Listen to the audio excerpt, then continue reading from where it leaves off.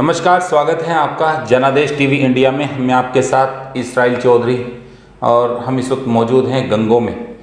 यहाँ आज हम एक ऐसी शख्सियत से आपकी मुलाकात कराएंगे जिसका पूरा जीवन जो है पार्टी में गुजरा और लगातार आगे बढ़ रहे हैं। उनका परिवार पार्टी से जुड़ा रहा और अन्य पदों पर रहकर पार्टी की सेवा की।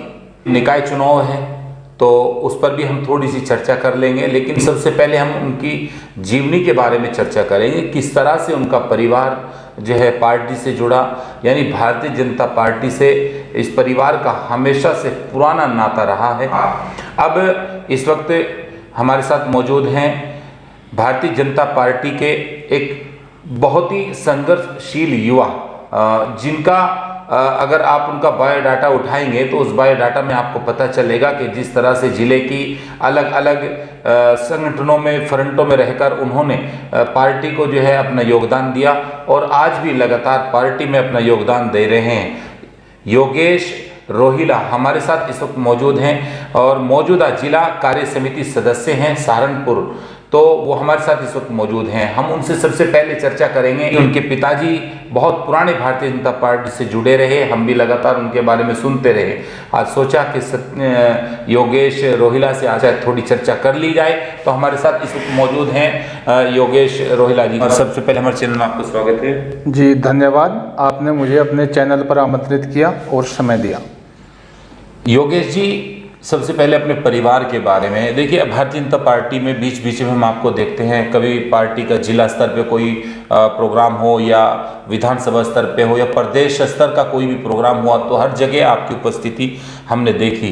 तो किस तरह से पार्टी से जुड़ाव आपके परिवार का है, कब से कितने परिवार जो है इस पार्टी से जुड़ा हुआ है?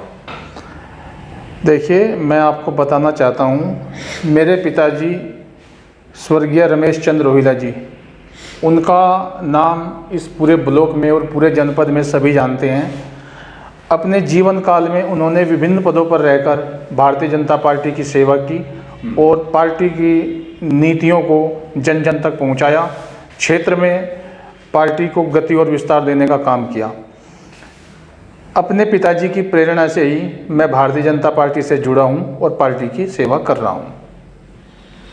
पिताजी ने काफ़ी लंबा अरसा पार्टी के अंदर बिताया। किन किन लोगों के साथ उनका संबंध रहा, किन किन लोगों के साथ मिलकर उन्होंने पार्टी में जो अपना योगदान दिया? मेरे पिताजी स्वर्गीय रमेश चंद्र रोहिला जी ने ज़मीनी स्तर से काम शुरू किया। वो सर्वप्रथम न्याय पंचायत सांगा खेड़ा के अध्यक्ष रहे, उसके बाद मंडल इकाई में पदाधिकारी रहे, विधानसभा इकाई में पदाधिकारी रहे और जिला इकाई में पदाधिकारी रहे। उन्होंने अपने जीवन का एक लंबा समय, अंतिम समय तक उन्होंने भारतीय जनता पार्टी की तन मन और धन से सेवा की, जिसे पूरा जिला जानता है। और मेरा तो जन्म ही भारतीय जनता पार्टी में हुआ है। जब हम छोटे थे तो घर पे पार्टी के लोगों का आना जाना लगा रहता था, उनको जलपान कराना, भोजन कराना। जब चुनाव आता था तो पिताजी हमें जिम्मेदारी देते थे।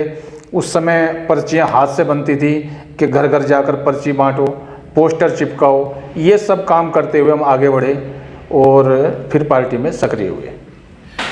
आप पढ़ाई के टाइम से ही फिर तो आप भारतीय जनता पार्टी में जुड़ गए, छात्र टाइम से ही।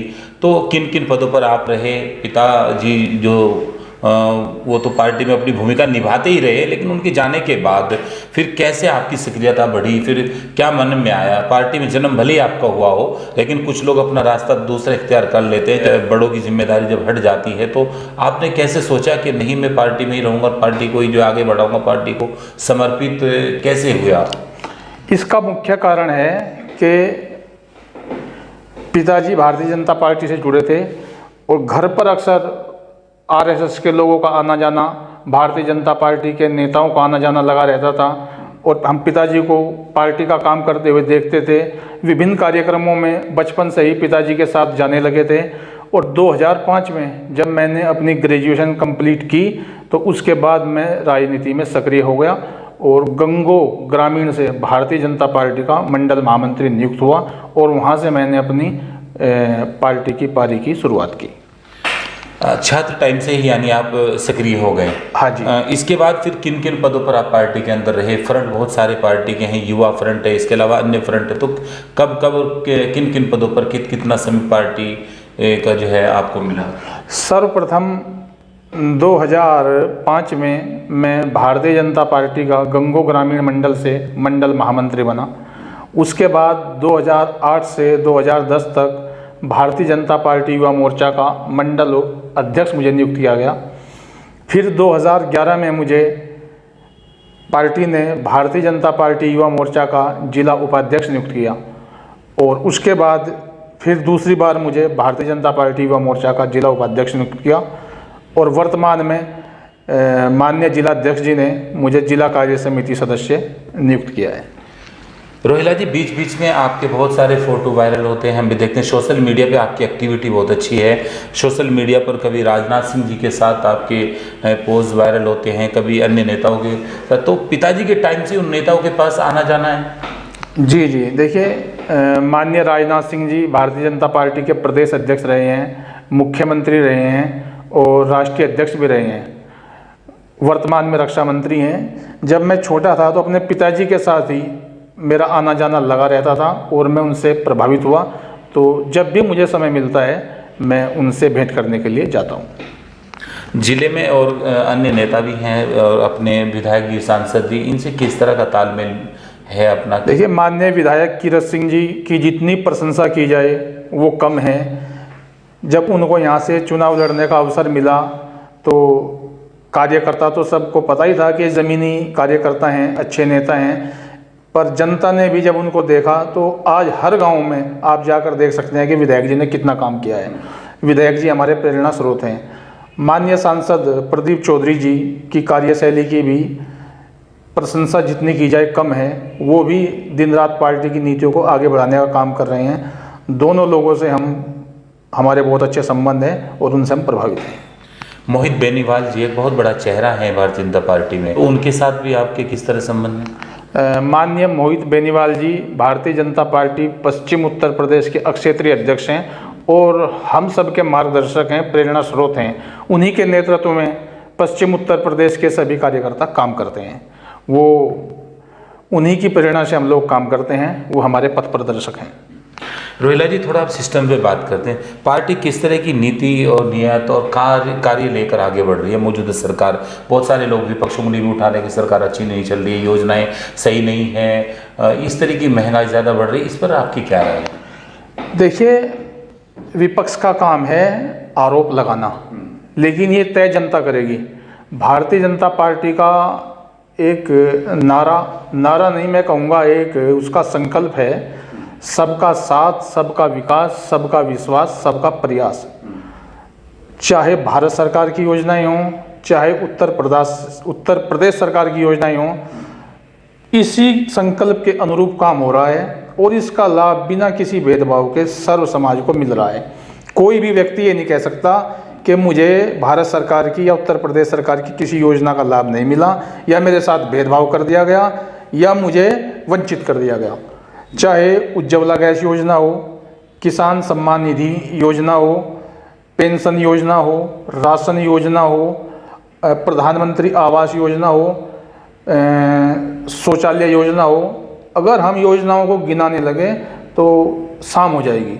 हर योजना का लाभ पात्रता के आधार पर सभी को मिल रहा है। निकाय चुनाव भी नज़दीक हैं, कभी भी चुनाव जो है चुनावी तारीखों का ऐलान हो सकता है, उसमें किस तरह की भूमिका रहेगी? हम नगर पंचायत, नगर पालिका परिषद गंगो की अगर बात करें यहाँ की, और प्रदेश स्तर पर क्या लगता है, क्या मेयर वगैरह जो है भारतीय जनता पार्टी का माहौल बनेगा, फिर क्या रहेगा? 24 से उससे पहले कोई नया मैसेज जाएगा? देखिए, अभी हमारे नवनियुक्त प्रदेश अध्यक्ष माननीय भूपेंद्र चौधरी जी बने हैं और भूपेंद्र चौधरी जी ने प्रदेश अध्यक्ष बनने के बाद भूपेंद्र चौधरी जी ने कहा है कि भारतीय जनता पार्टी उत्तर प्रदेश की सभी नगर निगमों और सभी नगर पालिकाओं और नगर पंचायतों के लिए अपनी एक विशेष रणनीति बनाकर काम करेगी। उत्तर प्रदेश में जितने नगर निगम हैं, सभी नगर निगमों को जीतने का पार्टी काम करेगी। जितनी नगर पालिकाएँ और नगर पंचायत हैं, एक एक सीट जीतने का हमारा लक्ष्य है। उसी के अनुरूप रणनीति बनाकर काम हो रहा है, कार्यकर्ता लगे हुए हैं और बूथों पर जो पार्टी का निर्देश है उसी के अनुरूप हम लोग काम कर रहे हैं। रोहिला जी, अब तो 2024 की भी तैयारी शुरू हो गई है, उसके लिए भी बिसात बिछने लगी है, तो पार्टी की क्या रणनीति है, उस पर कैसे काम हो? लगता है कि भारतीय जनता पार्टी 2024 में भी जो है अब वापसी करेगी? बिल्कुल, जिस तरीके से 2014 में भारतीय जनता पार्टी की सरकार केंद्र में बनी थी और फिर 2019 में बनी, मैं समझता हूँ कि माननीय मोदी जी ने पूरे देश के लिए और देश को आगे बढ़ाने के लिए जो काम किए हैं, उनके बल पर 2024 में फिर से प्रचंड बहुमत से भारतीय जनता पार्टी की सरकार बनने के लिए जा रही है। योगेश रोहिला ये हमेशा पार्टी को समर्पित रहे हैं। जब जब पार्टी ने इनकी ज़रूरत पड़ी, जिस स्तर से भी पड़ी, ये पार्टी के लिए खड़े हो गए और लगातार पार्टी के हर एक प्रोग्राम में, हर एक कार्यक्रम में आपने देखे होंगे।